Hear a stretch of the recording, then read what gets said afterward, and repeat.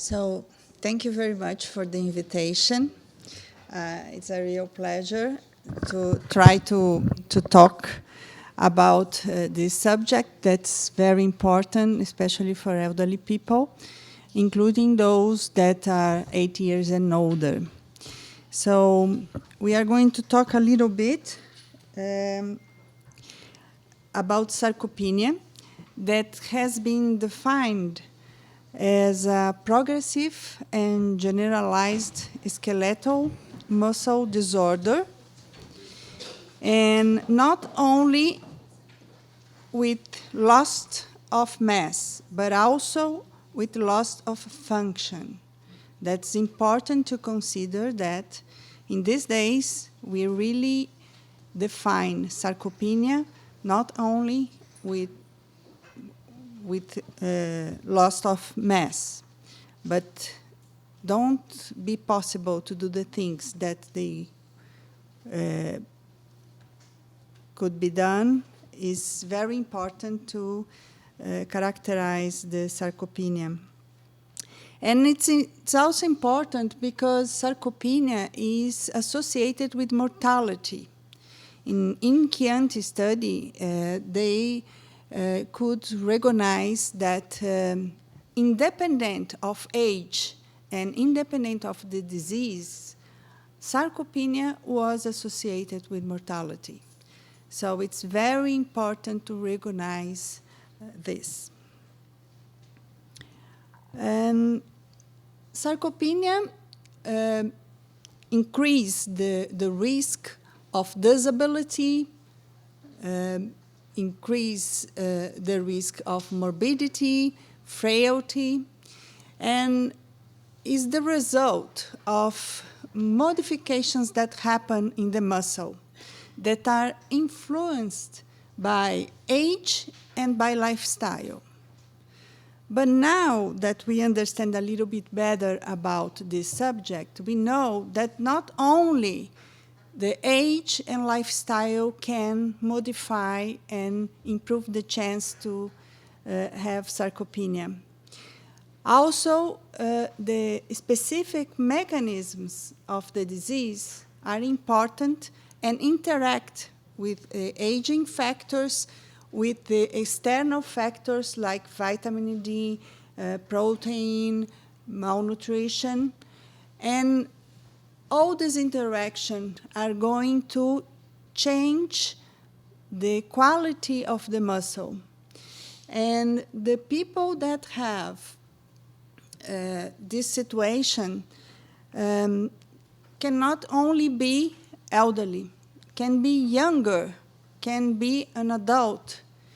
And so the researchers have been trying to suggest that we have to look for sarcopenia not only in the elderly people, but also in adults that have all these risk factors that could really promote the loss and the function loss of the muscle.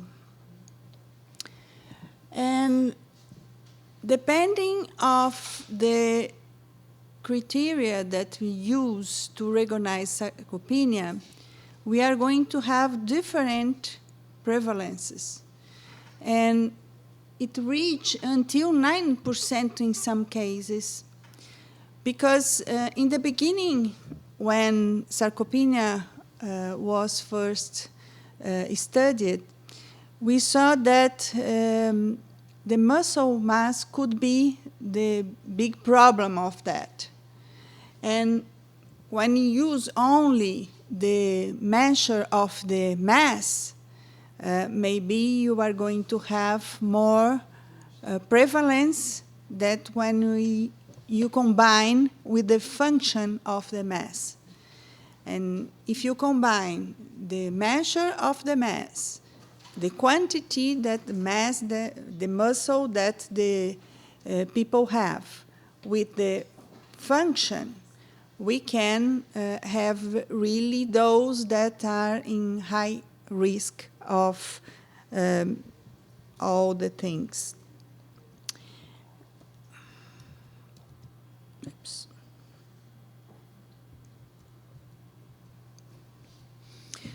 And in China, they were looking for the prevalence of sarcopenia in 500,000 people, and they found, especially in those that are very old, that they have a high prevalence of sarcopenia. So it's not only a problem that affects elderlies, but also the specific old population are more victim of this. And it was confirmed in our population in the SAB study, that's epidemiological population of São Paulo, that represents the elderly people older than 60 years. They found a high prevalence of sarcopenia, especially in those that are 8 years and older. And you see that it's almost the same for men and women, but a little bit higher for women. When we talk about sarcopenia, we have the tendency to identify persons that have don't have too much muscle, and we can see the phenotype of that more easily. And we can really suspect that the person that don't have too much muscle is sarcopenic. But there are cases where the obesity is going to make us difficult to recognize the sarcopenia. And in those people that have obesity, there are fat between the muscle, between the fibers of the muscle. And it's going to modify the function of this muscle. And sometimes if you see people that's fat, that's obese, you have to look for how much muscle, how much the person is functional, because can be a case of sarcopenic obesity.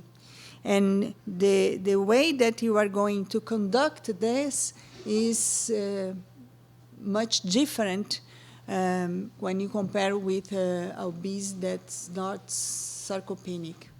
And you see that there are a lot of relationship between physical activity and the possibility to develop sarcopenia. And if you gain more fat, you are going to have more chance to have sarcopenia and less chance to practice physical activity. So it's something that's going to make the things difficult for a person that have this condition, and we must have an approach properly to really change the situation. In these days, it's recommended to use the stepwise method to detect sarcopenia. So, first of all, it's suggested that you apply a questionnaire to see if the person has risk factors, and then you try to apply some tests to see the power of the muscles of this person, like hand grip, and then if you see that there is a chance the person have sarcopenia, maybe you can use some exams trying to quantify the sarcopenia. The gold standards are CT and RMI, but they are expensive. They need a technical condition to be done. And so we use in clinical practice more often the DEXA and BIA. All these exams can estimate how much muscle the person has, and but they cannot really quantify. For research, usually the gold standard are better. And then you see in the image that when you have CT or MI, we can see the fat between fibers, recognized as white in that picture. So we can really suppose that this person is going to be or have a problem with to develop or to have a healthy muscle.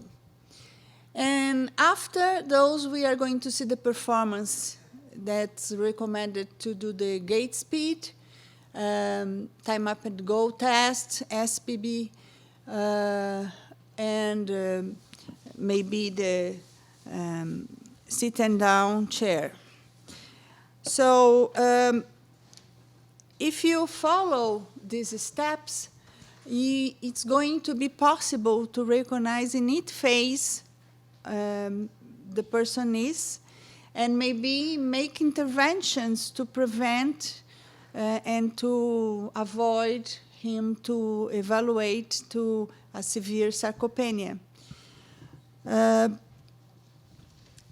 there are different cutoff points, and as I told before, in the beginning, some of the studies were only interested in the quantity of the mass, and in these days we really pay a lot of attention for the function and for the gait speed, for the sit and down chair, to really see if the person beside have maybe not too much muscle, the person can be functional, and you have to recognize this population.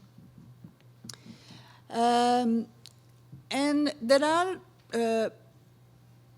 a lot of studies that were talking about that, and in this study, they phenotype and they recommend that the gait speed and the grip straight were those exams that are very easy to apply in the practice, and they are very good to detect these problems. So I believe that's something that we must go home with the idea that we have to really add these measures in our practice every day. When we talk about loss of mass muscle during age, you see in the graphic that the mass decrease with age, and the function also decrease in a little bit more than the mass. So that's what we have to pay attention for. And because of that, straight is the best measure to predict limitation. Not if you have a patient that show you that the tests are not good, especially when you compare the tests today with the ones that he did before.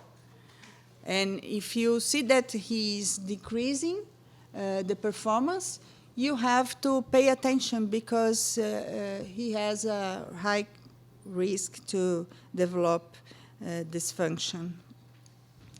And in this study, there was something very interesting that they did. They select old people that were sarcopenic.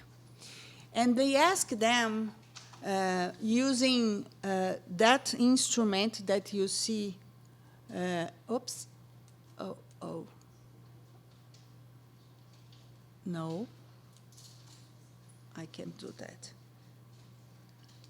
That instrument that you can see here, they choose situations where they trying to look for which of these aspects could be important for them to consider treatment. So when the elderly come, they ask him, oh, if you have a sarcopenic person that have problems with these areas and compared with other that don't have problems in the same areas, which one do you believe that should be treated? And after all the interviews, they found that the most important thing that they said that should be a reason to make an intervention in this patient is mobility and capacity to do things at home, to take care of himself, no? And so it seems that the perception of those that are sarcopenic is that they want to improve the ability to them to really have more mobility and capacity to take care of themselves.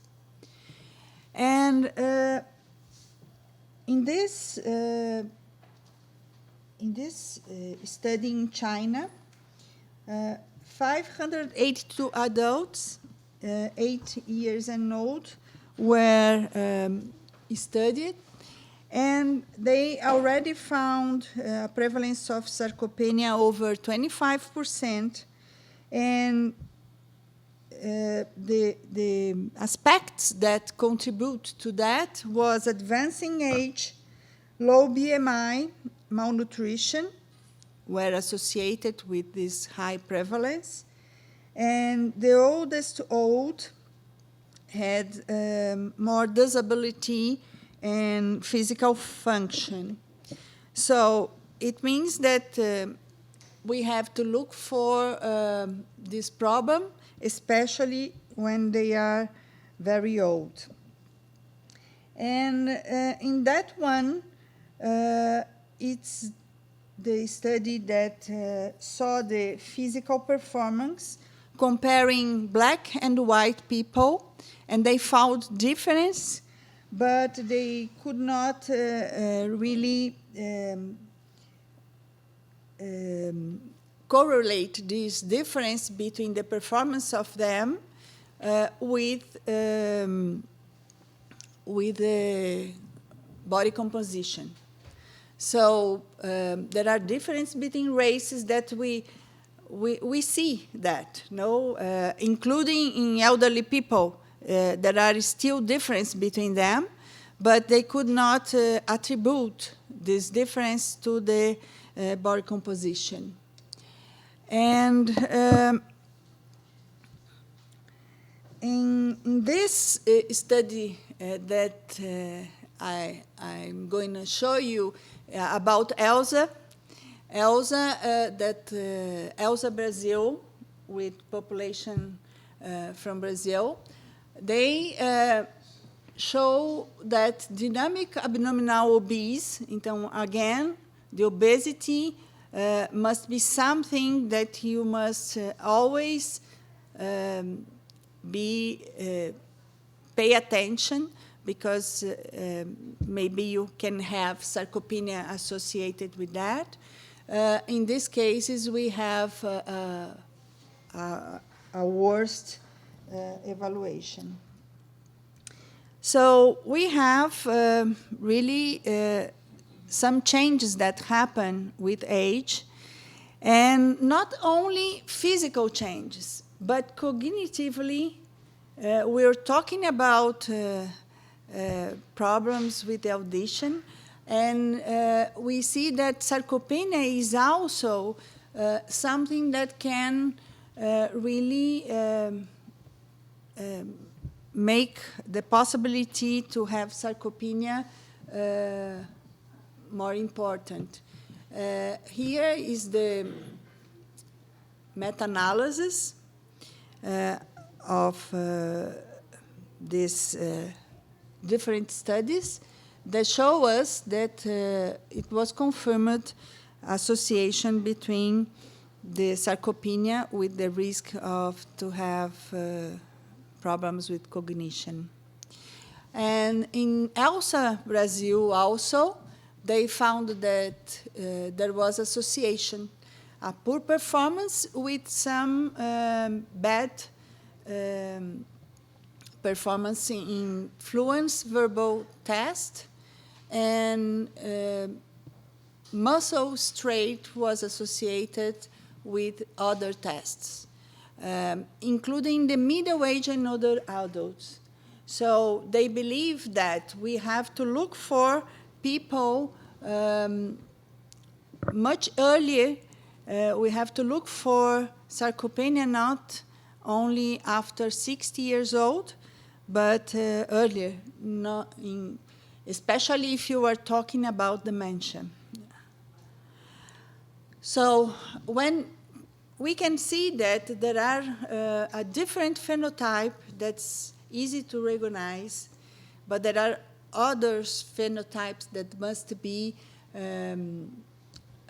looked for to really identify sarcopenia that is very complex problem that depends of different conditions related with lifestyle, related with aging process, and with different disease.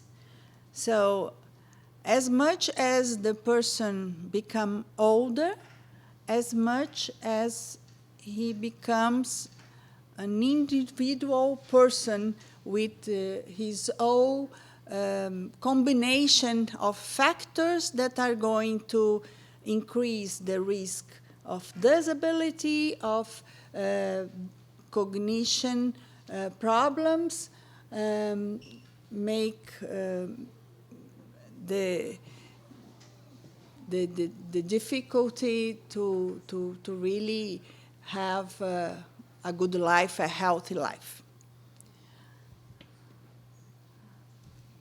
So I'd like to thank you, all the team from the geriatric and gerontology division that have been working a lot in a lot of data that we are collecting to try to understand a little bit more, especially in the people that are older than 80. Thank you.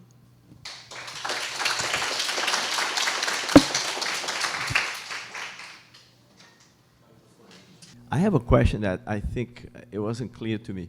I always learned, I haven't practiced medicine in a long time, just doing research, the sarcopenia is more aging related because of lifestyle, food, diet, physical activity, a lot of medication, but no specific biological reason for sarcopenia except lifestyle.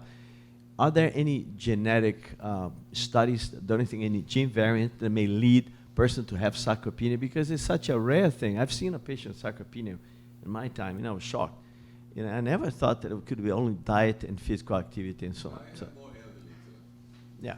Well, my question is, are there any gene variant associated with sarcopenia? Yes, they are trying to identify some, but as I know, as far as I know, I don't really can tell you that there is one that was really capable, to be associated with sarcopenia for sure, because the interaction is going to make the gene participation not so easy to find. No, you have so many interactions, especially with the disease, and as I said, in most of the researchers believe that after 40 we start to lose muscle, and so we should look for after 40, and maybe in this population that are younger, maybe in them, maybe we can find a genetic marker in this population with more facility than if you study elderly people. In elderly, it's going to be more difficult. I don't know, at least for those that we focus that are 80 years and older, they are survivors, and probably they don't have a strong impact of the genetic in terms of to develop sarcopenia. Maybe they have the opposite, some things that protect them to have it.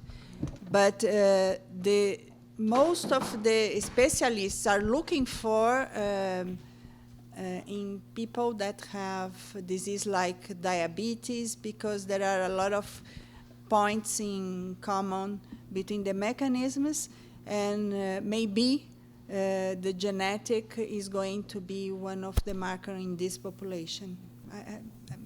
I'm sorry, don't have the question to you, because there is no answer, at least as far as I know. I was looking for that. I was looking for, because I believe that genetic markers can be important to be considered in the analysis of all the spectrum, the risk factors, but I could not find it. More questions? Maysa, I was wondering here, in many slides you show that sarcopenia correlates with loss of impairment of ADL, right? Yes. Is there a study showing the evolution of that, when the person is likely to become dependent in daily life because of sarcopenia? Because it has a relation with mortality. Loss of independence has a relation to mortality. Is the risk of mortality for sarcopenia related to the loss of independence? Is there any study on that? Yes, they have to consider that when they analyze control to see for the loss if the sarcopenia is an independent risk factor. And what I don't know if I can say that, but most of the studies are trying to identify and make changes in the lifestyle that are modifiable. And they like have been having a good results on that. And now there are a lot of studies trying to see if you give to patient something, some supplement, you can have a little bit better results, and maybe try to change this evolution, this decline that we see. But it's controversial, because when you have sarcopenia sometimes is one of the aspects of the frailty. It means that the elderly is becoming frailty for other reasons too. So I believe that's not easy to really be sure that if you interrupt the sarcopenia, you can interrupt the decline of functionality that we have in the late life. Okay. Thanks. Okay. More? Oh, okay. Thank you, Maysa. Thank you.